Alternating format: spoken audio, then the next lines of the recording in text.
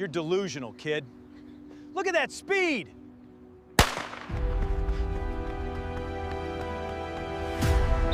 His name was Marcus Vance, and at 17 years old, he knew the exact weight of a promise. 3 weeks ago, on a humid Tuesday evening at the Oak Ridge High School athletic track, Coach Harrison looked directly at him and called his written season goals entirely delusional.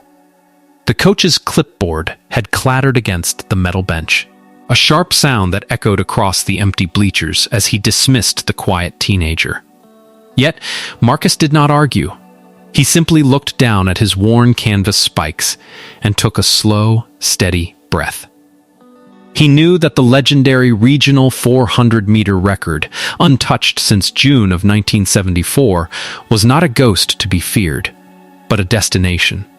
Before discovering how Marcus turned that cold dismissal into a historic moment that silenced an entire stadium, please consider subscribing to the channel if stories of dignity and quiet perseverance resonate with your values. You are also warmly invited to share your city and local time in the comments, as it is always a pleasure to know where these words find you. The structure of the Oak Ridge track team was rigid, built entirely around a hierarchy that left little room for outsiders.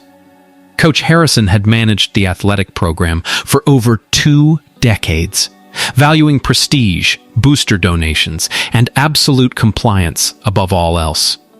His star athlete was a young man named Bradley, the son of a prominent local real estate developer who funded the team's new field house.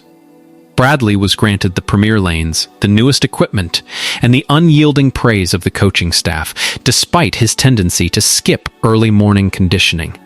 Marcus, conversely, occupied the outer edges of the program, arriving when the morning mist still covered the grass and leaving long after the stadium lights had hummed to life. His family could not afford the expensive summer training camps or the specialized physical therapists that Bradley utilized. Instead, Marcus possessed a single, invaluable ally, his grandfather Elijah, a retired railway worker who had competed on the very same track 50 years prior. Elijah possessed a quiet wisdom and a deep understanding of rhythm, often sitting in a folding chair by the fence, checking an old mechanical stopwatch with trembling but precise hands. The pattern of subtle exclusion had formed long before Marcus ever attempted the record. During his sophomore year, after Marcus achieved his first personal best in the 200-meter sprint, Coach Harrison had omitted his name from the regional tournament program entirely, attributing the victory to a timing malfunction. The following autumn, when new running gear arrived courtesy of the Booster Club, Marcus was handed a faded uniform from a previous season, the fabric thin and the stitching frayed at the shoulder. When Marcus pointed out the discrepancy, the assistant coach merely glanced at his clipboard and murmured that resources had to be prioritized for those with verified collegiate prospects. During the annual winter athletic banquet, while Bradley received a custom trophy for leadership, Marcus sat at a back table near the kitchen doors, his achievements relegated to a passing mention at the very end of the evening. Through each instance, Marcus remained entirely composed, keeping his head upright and his voice level. He recorded his times in a small, leather-bound notebook his grandfather had given him, focusing entirely on the sensory reality of his training, the scent of damp red clay, the crisp morning air in his lungs, and the steady, rhythmic beat of his heart against his ribs. If you have ever had your hard work overlooked or your potential underestimated by someone in authority, please take a moment to drop a comment below expressing how you maintained your focus. Your perspective deeply enriches this community. The definitive break occurred on the second Monday of May, a day when the air was heavy with the promise of an impending thunderstorm. The entire varsity team had gathered in the team room for the official state qualifiers briefing, their reflections gleaming in the polished trophy cases.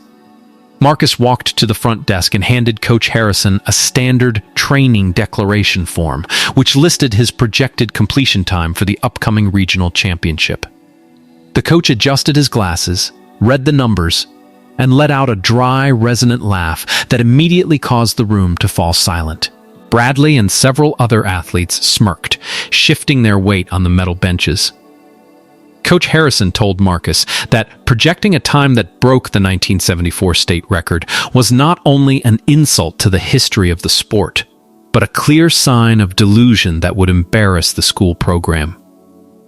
He then crossed out Marcus's name from the primary 400-meter heat, reassigning him to the lowest seeded developmental race, where no collegiate scouts would be watching.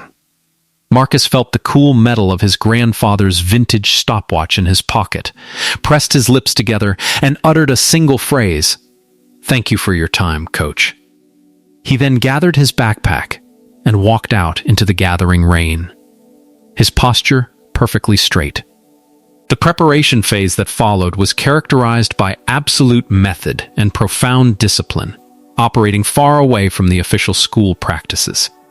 Marcus activated the hidden resource his grandfather had prepared for him decades prior, a detailed logbook containing the exact wind patterns, track conversions, and stride frequencies of the legendary 1974 runner, whom Elijah had trained alongside.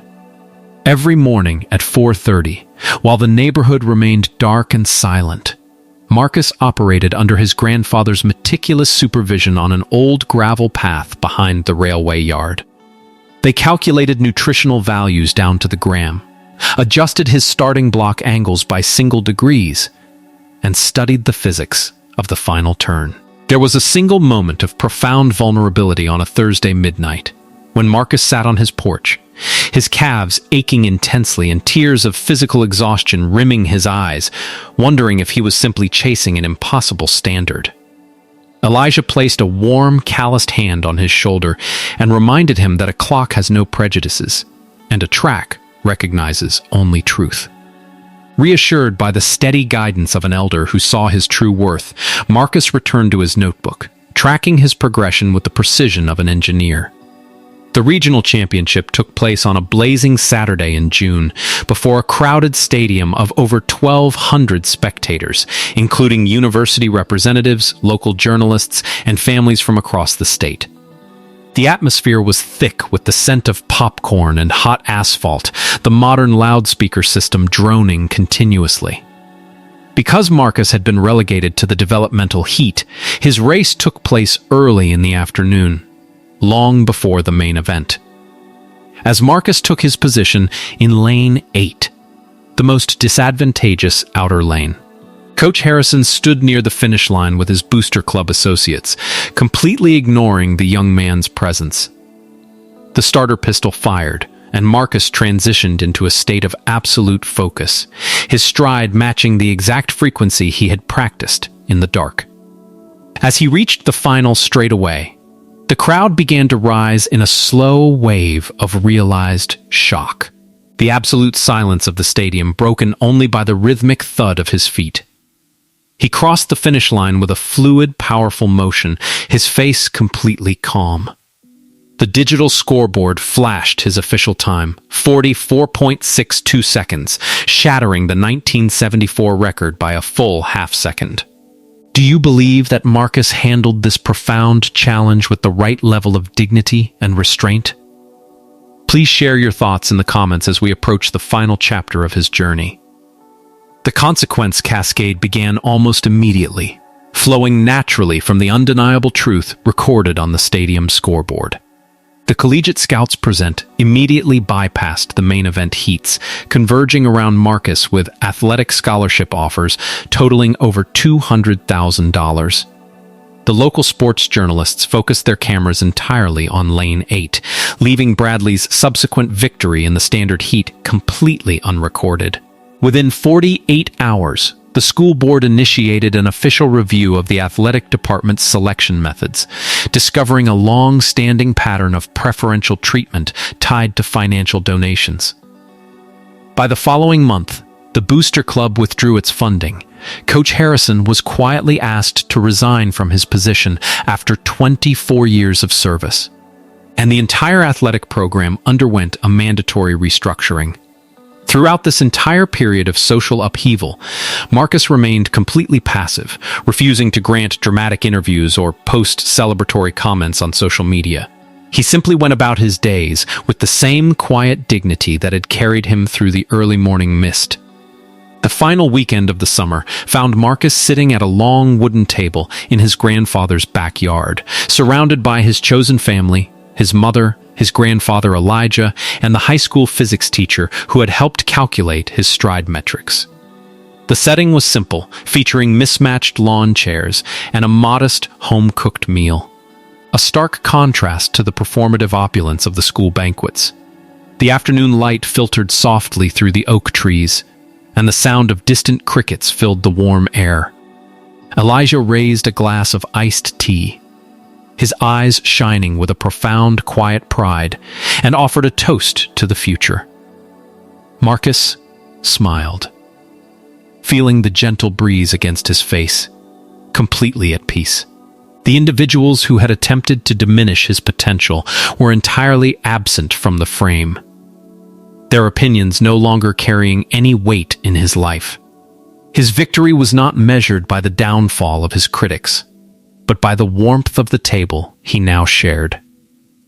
If you are watching this today, and you recognize your own struggles in Marcus's journey, please remember that your capabilities are never defined by the limited vision of those who hold a clipboard. You are completely permitted to set firm boundaries against those who refuse to see your worth. You are allowed to carry your ambitions in quiet confidence, knowing that excellence does not need to shout to be recognized.